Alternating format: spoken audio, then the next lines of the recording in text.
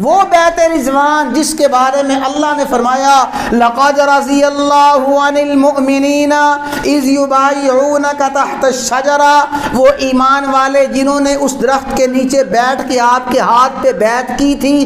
اللہ نے تمام ایمان والوں کے لیے اپنی رضا کا اعلان فرمایا۔ عثمان غنی بیت رضوان میں شریک نہیں تھے، تیرا الزام یہ ہے شریک نہیں تھے، تو سن اس کی حقیقت یہ ہے کہ اس دن مکے کی سرزمین پہ عثمان غنی سے زیادہ، اس موقع پہ مکے کی سرزمین پہ عثمان غنی سے زیادہ کوئی معزز نہیں تھا۔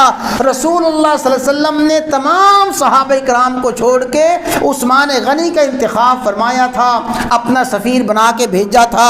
سب سے زیادہ اس وقت عثمان غنی اس موقع پہ معزز، قابل اعتماد، قابل اعتبار، معتمد اور معتبر تھے۔ رسول اللہ صلی اللہ علیہ وسلم نے آپ پہ اعتماد فرمایا تھا۔ عثمان غنی میں چلے گئے اہل مکہ کے ساتھ مذاکرات کے لیے، پھر وہ تفصیلات ہیں، پھر بیعت رضوان ہوئی۔ تمام صحابہ کرام نے رسول اللہ صلی اللہ علیہ وسلم کے ہاتھ پہ بیعت کی۔ آپ کا دایاں، آپ کا بایاں ہاتھ تھا، صحابی آتے آپ کے ہاتھ پہ آ کے ہاتھ رکھتے، یا رسول اللہ صلی اللہ علیہ وسلم ہم آپ کے ہاتھ پہ بیعت کرتے ہیں، عثمان غنی کے خون کا بدلہ لیں گے۔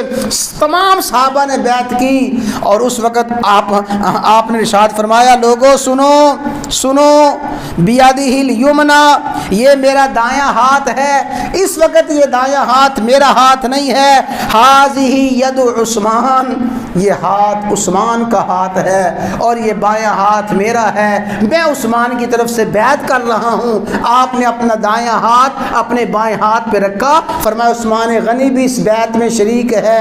نیچے رسول اللہ صلی اللہ علیہ وسلم کا ہاتھ ہے اور اوپر عثمان غنی کا ہاتھ ہے جو آقا علیہ الصلوۃ والسلام کا دایاں ہاتھ تھا۔ یہ دونوں ہاتھ ہیں۔ اللہ تعالیٰ نے کیا عجیب بات بیان فرمائی، ان الذین یبایعونک انما یبایعون اللہ۔ آقا علیہ الصلوۃ والسلام کے بارے میں فرمایا اے حبیب، اس وقت جو ایمان والے آپ کے ہاتھ پہ بیعت کر رہے تھے وہ ہاتھ بظاہر آپ کا ہاتھ تھا، لیکن یبایعونک انما یبایعون اللہ، وہ اللہ سے بیعت کر رہے تھے۔ ید اللہ فوق ایدیہم، ان کے ہاتھوں پہ اللہ کا ہاتھ تھا۔ یہ رسول اللہ صلی اللہ علیہ وسلم کا ہاتھ ہے، یہ عثمان غنی کا ہاتھ ہے۔ فرمایا فوق ید اللہ فوق ایدیہم، ان ہاتھوں پہ اللہ کا ہاتھ ہے۔ اب اتنا مضبوط ہاتھ، یعنی اتنا محفوظ ہاتھ ہے عثمان غنی کا، اتنا مضبوط ہاتھ ہے، کیا مانا؟ اتنی عصمت اور عظمت محفوظ ہے، نیچے پہرا دے رہا ہے رسول اللہ صلی اللہ علیہ وسلم کا ہاتھ، اور اوپر حفاظت کر رہا ہے اللہ کا ہاتھ، درمیان میں عثمان غنی کا ہاتھ ہے۔ اس ہاتھ کی عظمت کو کون کم کر سکتا ہے؟ اور تو کہتا ہے کہ عثمان غنی بیعت رضوان میں شریک نہیں تھے۔ یہ جو کچھ بیعت رضوان ہوئی تھی یہ ساری کی ساری عثمان غنی ہی کی وجہ سے ہوئی تھی۔ اللہ نے جو بیعت رضوان کے شرکاء کو درجے دیے تھے وہ سارے کے سارے درجے اللہ تعالیٰ نے عثمان غنی کی وجہ سے دیے تھے۔ وقال ہذہ لعثمان، یہ ہاتھ عثمان کا ہاتھ ہے۔ آپ نے تینوں الزامات کے جواب دیے۔ ثم قال ابن عمر، فرمایا ابن عمر نے پھر اذهب بها الان، کا جا جا، اگر تو نے اعتراضات کیے ہیں ان اعتراضات کے جواب بھی یاد رکھنا۔